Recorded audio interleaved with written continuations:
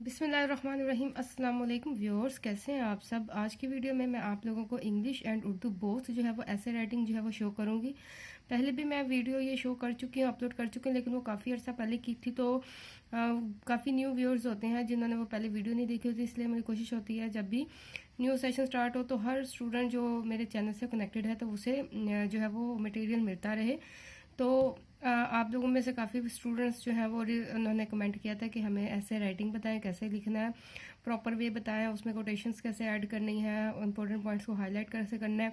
ठीक है, तो ये मैट्रिक, इंटर और बैचलर लेवल तीनों के लिए जो है ये अप्रोप्रिएट है। बस आप लोगों ने लेंथ का जो है उसका हिसाब रख लेना है कि आप लोगों के मार्क्स कितने हैं, उसके हिसाब से आप लोगों ने उसकी लेंथ रखनी है, जो कि मैं आप लोगों को अपनी वीडियोस में बताती रहती हूँ कि मैट्रिक के सब्जेक्ट में उर्दू की क्या लेंथ होनी चाहिए, इंग्लिश की क्या लेंथ होनी चाहिए, ऐसे की, और इंटर की भी। तो आप लोग उसके अकॉर्डिंगली लेंथ जो है चूज़ कर लें। तरीका आप लोग देख लें, ठीक है। अब देखिए, सबसे पहले आप लोगों के सामने ये इंग्लिश का है। ये मैंने टॉपिक चूज़ किया कायदे आज़म का, जो कि मोस्ट कॉमन टॉपिक है, अक्सर जो है ये आ जाता होता है एग्जाम्स में, इसलिए मैंने इसी को चूज़ किया। ठीक है, तो ऐसे राइटिंग सबसे पहले आपका जो भी क्वेश्चन है आप लोगों ने उसकी हेडिंग देनी है। अब ये जो है क्वेश्चन नंबर, अगर आप लोगों को लगता है कि आप लोग वो स्पेस जो है वो यूज़ कर रहे हैं, तो आप क्या करें, क्वेश्चन नंबर 6 जो है या जो भी क्वेश्चन है उसको साइड पे लिख दें, और ये लाइंस जो है स्किप मत करें। उसमें फिर सेंटर में आप आराम से बोल्ड हेडिंग दे दें ऐसे राइटिंग की, और नीचे जो है वो कायदे आज़म या जो भी ऐसे का नाम है। अब ये देखें, अब कायदे आज़म शॉर्ट नेम था तो मैंने उसको काफ़ी बोल्ड करके बड़ा करके लिखा है। और inverted commas is your choice, अगर नहीं आप लोगों ने इन्वर्टेड कोमा में लिखना तो कोई मसला नहीं है, ठीक है। और प्लस ये जो हेडिंग का साइज़ है, आप लोगों ने बोल्ड जो है उसके साइज़ के अकॉर्डिंग करना है। अगर टॉपिक तरह लेंथी है तो आप लोगों ने उसकी वो बोल्डनेस थोड़ी सी कम कर देनी है, ज़्यादा शार्प नहीं करना, ठीक है। तो उसका भी मैं आप लोगों को बता दूंगी तरीका कि अगर हेडिंग जो है वो लेंथी हो तो उसे सेंटर में कैसे एडजस्ट करते हैं, हेडिंग जो है वो शॉर्ट हो तो उसे सेंटर में कैसे एडजस्ट करना है, ठीक है। वो इंशाल्लाह नेक्स्ट वीडियो में बताऊंगी आप लोगों को, सो डैट आप लोगों की जो है वो हेडिंग गंदी ना बने, ठीक है। तो सबसे पहले आपने हेडिंग दे दी, टॉपिक का नाम बता दिया, अंडरलाइन मैं आप लोगों को हमेशा कहती हूँ, और जो मार्जिन लाइन हमेशा मैं एंड पे लगाती हूँ। इसके बाद आप लोगों ने जब हेडिंग दी है उसके बाद आप लोगों ने एक लाइन स्किप करनी है, क्योंकि उसमें अंडरलाइन करना होता है, तो वो लिखे हुए के साथ मिक्सअप ना हो, तो हम एक लाइन स्किप कर देंगे। उसके बाद जो है वो पैसेज में जो है ऐसे राइटिंग स्टार्ट कर देंगे, पैसेजेस के फॉर्म में। हर पैसेज जो है 5 to 6 लाइन का होगा, इससे ज़्यादा एक्सटेंड नहीं करना, इससे ज़्यादा कम नहीं करना, और पूरा ऐसे तरतीब लिखता नहीं जाना, बल्कि पैसेजेस के फॉर्म में लिखना। ये देखें आप लोगों के सामने, ये एक पैसेज, ये दूसरा पैसेज, यही बेस्ट तरीका होता है जब भी आप लोगों ने कोई सब्जेक्टिव क्वेश्चन लिखना होता है, तो उसको हमेशा पैसेजेस की फॉर्म में लिखें। हर न्यू टॉपिक जो है वो न्यू पैसेज में डिस्कस करें। अब ये देखें, ये मैंने यहाँ से पैसेज स्टार्ट किया, और 2 या 3 लाइन्स का आप लोगों ने थोड़ा सा गैप दे देना। उसके बाद आप लोगों ने पैसेज स्टार्ट करना है, बिल्कुल फर्स्ट लाइन से बिल्कुल साथ जो है वो जोड़ के नहीं स्टार्ट करते। उसके बीच में जो इंपॉर्टेंट पॉइंट्स है वो सिंपल ब्लू मार्कर से आप हाईलाइट कर सकते हैं, ठीक है। मैं तो बिल्कुल मैंने आप लोगों को पहले भी बताया था, ये मैं बार बार जो है वो पेन नहीं खोलती हूँ, बार बार मार्कर नहीं ओपन करती हूँ, मैं दोनों जो है वो एट अ टाइम होल्ड कर लेती हूँ, और इंक पे जो है उस पर लूज़ रखती हूँ, बिल्कुल टाइट नहीं रखती कि इजीली निकाला जा सके। फिर जब साथ इंक पेन से लिखते जाते हैं, फिर जब बीच में इंपॉर्टेंट पॉइंट्स लिखने होते हैं, साथ ही उस मार्कर निकाला, इंपॉर्टेंट पॉइंट्स हाईलाइट किया, उसके बाद इसको फिर अंदर डाला और फिर इंक पेन से लिखना शुरू कर दिया, ठीक है। तो अगर आप लोगों को इस चीज़ की आदत नहीं है तो कोई मसला नहीं है, लेकिन ये कि ये अच्छा होता है तरीका। ये देखें, इस तरह हाईलाइट किया हुआ जो होता है इजीली एग्जामिनर की नज़रों में आ जाता है, उसे पता लग जाता है कि जनाब आपने हर पॉइंट, हर बात जो है उसमें डिस्कस की है, ठीक है। जस्ट आप लोगों ने वो गप नहीं मारी हुई, ठीक है, जैसे बच्चे अक्सर करते हैं, जैसे अपनी तरफ से लिखते जाते हैं, अंदर कुछ मटेरियल नहीं होता। अगर आप लोगों को अच्छा अथेंटिक मटेरियल आता है तो आप उसको हाईलाइट भी करें, ताकि एग्जामिनर इतने पेपर्स में आप लोगों का पेपर को ईजिली समझ पाए कि जी जनाब आपको सब कुछ आता है, आपने सब कुछ बताया।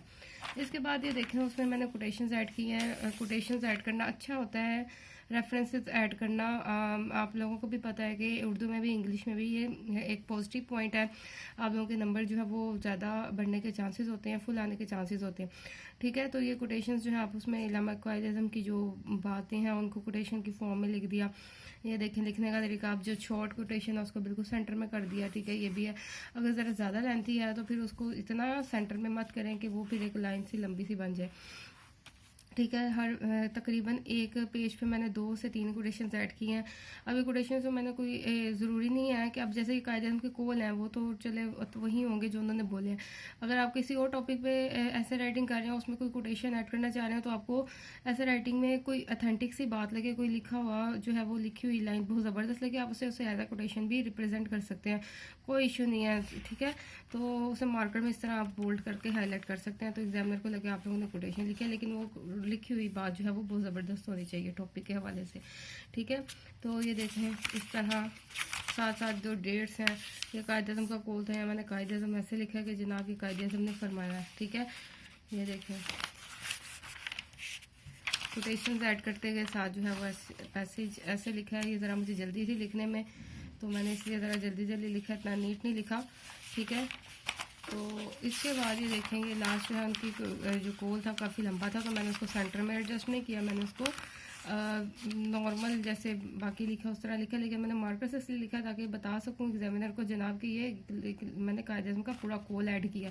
ठीक है, ताकि एंड पे एग्जामिनर इसको पढ़ते मुझे फुल मार्क्स दे दे। ठीक है, उसके बाद जो है क्योंकि आपको मैंने बताया ऐसे राइटिंग का क्वेश्चन हमेशा एंड पे अटैम्प्ट करना है, तो एंड पे जो है ताकि आप इजीली उसको टाइम दे सकें या इसके चक्कर में बाकी क्वेश्चन ना रह पाए, तो उसके बाद एंडिंग लाइंस इसको क्रॉस कर देना कि जनाब मेरा पेपर फिनिश हो गया, मैंने यहाँ पे आगे यूज़ नहीं की। ठीक है, ये स्टैंडर्ड तरीका होता है पेपर अटैम्प्ट करने का।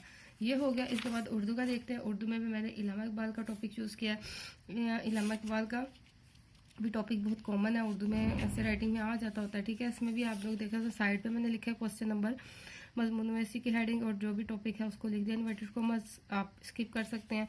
अब कोशिश करें उर्दू का जब भी कोई ऐसे स्टार्ट करें उससे रिलेटिव अगर आप लोगों को कोई अच्छा सा शेर आता है, स्टार्ट में ज़रूर ऐड करें और एक एंड में ज़रूर ऐड करें, ये लाजमी काम करें। ठीक है, हर टॉपिक के वजह से कोई दो अच्छे से शेर याद कर लें कि आप लोग स्टार्ट और एंड में लिखेंगे। स्टार्ट में इंप्रेशन अच्छा पड़ जाए और एक एंड पे इंप्रेशन अच्छा पड़ जाए, तो एंड में मार्क्स देते हुए एग्जामिनर आप लोगों को कंजूसी ना बरते। ठीक है, इसमें भी देखें इसी तरह पैसेजेस की फॉर्म में मैंने अटैम्प्ट किया, जो इसमें मुझे लग रहे थे हाईलाइट्स करनी चाहिए। उसकी डेट, इल्लामा इकबाल की डेट ऑफ बर्थ, उसको मैंने अच्छी तरह हाईलाइट किया। उनकी जो स्टडी है, उनके उस्ताद को, इस तरह जो इम्पोर्टेंट बातें हैं, जो उनकी बेसिक जो है वो हिस्ट्री, उसको मैंने मार्कर से हाईलाइट किया है ताकि एग्जामिनर को देखते ही समझ आ जाए जनाब कि मैंने हर बात जो है वो सारी इल्लामा इकबाल की स्टार्टिंग हिस्ट्री स्टडी सारी जो है वो डिस्कस की है। ठीक है, और इसके बाद फिर जब हिस्ट्री बता दी, उसके बाद जो है वो इल्लामा इकबाल के जो भी शेर हैं जो भी टॉपिक उनके डिस्कस करने हैं, नबी करीम सल्लल्लाहु अलैहि वसल्लम से मोहब्बत, नौजवान नस्ल को खिताब, उस हवाले से उस तरह शेर ऐड करते गए। ठीक है, और उसी की जो है वो आप लोगों ने एक्सप्लेनेशन लिखती गई। ठीक है, लिखते गए हैं। ठीक है, ये तो शहीन है परवाज सर, क्योंकि इल्लामा इकबाल के शेर तो बहुत कॉमन है, ऑलमोस्ट हर बच्चे को आते हैं। खुदी को कर बुलंद उतना, मतलब मैंने एक तरह से इस तरह किया कि इल्लामा इकबाल का शेर ऐड किया, उसके हवाले से उसकी थोड़ी सी तशरीह कर दी, जो पैसेजेस की फॉर्म में लिख दी। फिर एक शेर ऐड किया, उसकी शेर भी लेकिन डिफरेंट टॉपिक है। ठीक है, जिसमें इल्लामा इकबाल का डिफरेंट हर बात पे कॉन्सेप्ट है। अपनी मिलत पे क्या अक़वाम मगरिब से ना कर। ठीक है, अक़वाम मगरिब के हवाले से कि उनके पैरवी ना करो, उसके हवाले से फिर उसकी एक्सप्लेनेशन कर दी। इस तरह आप लोगों की फिलअप भी हो जाता है पेपर, और साथ जो है मार्क्स भी ज़बरदस्त आ जाते हैं। ठीक है, इस तरह नौजवान के नस्ल के लिहाज से जो शेर ऐड किया उसी की एक्सप्लेनेशन कर दी। ठीक है, ये देखें मोमिन की तारीफ़ जो इल्लामा इकबाल ने किया, मोमिन की तारीफ़ के हवाले से शेर ऐड किया, उसके बाद उसकी एक्सप्लेनेशन कर दी। ठीक है, तो जो कायद-ए-आज़म ने नौजवान नस्ल को खिताब दिया, जो लेसन दिया, जो सबक दिया, उसके हवाले से लिख के शेर उसकी तशरीह कर दी। एंड पे फिर जो है हज़ारों साल नरगिस अपनी बेनूरी पर होती है, बड़ी मुश्किल से होता है, चमन में दीदावर पैदा। ठीक है, प्यारा सा शेर ऐड कर दें, और जिस इल्लामा इकबाल का शेर ऐड करें, इल्लामा इकबाल का ही नाम लिख दिया। अगर फ़र्ज़ करें कोई और ऐसे है पर आप उसमें ये शेर सूट कर रहा है, ठीक है, किसी की पर्सनैलिटी की वजह से, तो लिख दें, उसके बाद नीचे इल्लामा इकबाल लिख दें। ये भी एक अच्छा तरीका होता है बताने का कि जनाब ये इल्लामा इकबाल का शेर है। ठीक है, उनके एंड पे जो है वो जो डेथ की डेट है, ठीक है, वो भी मैंने मार्कर से हाईलाइट कर दी। उसके बाद क्योंकि हमेशा मैं मजमून एंड पे अटैम्प्ट करती हूँ, तो उसके बाद एंडिंग लाइन लगा के उसको क्रॉस कर दी कि नहीं, जिसको कि पेपर जो है मेरा एंड हो गया। ठीक है, तो ये बेस्ट वे है उर्दू और इंग्लिश राइटिंग का। अब ये देखें ऐसे राइटिंग की आप लोगों ने लेंथ अपनी मर्जी के अकॉर्डिंग चूज़ करनी है। मीन्स टू से अगर आप लोग इंटर के स्टूडेंट हैं, ठीक है, अगर 15 मार्क्स का आप लोगों का एग्जाम वो है पेपर है, तो इतनी लेंथ जो है वो बहुत ज़बरदस्त है। लेकिन अगर आप लोग और जो है वो टाइम को मैनेज करके और लेंथ जो है वो एक्सीड कर सकता है तो ज़रूर करें, ठीक है। नहीं तो ये जो है वो स्टैंडर्ड लेंथ है। और अपनी वीडियो पसंद है तो ज़रूर लाइक और शेयर करें फ्रेंड्स के साथ, ताकि दूसरों का भी भला हो, दूसरों का भला सोचेंगे इंशाल्लाह आपका अल्लाह खुद बहुत भला करेगा। अपना ख्याल रखिएगा। अल्लाह हाफिज़।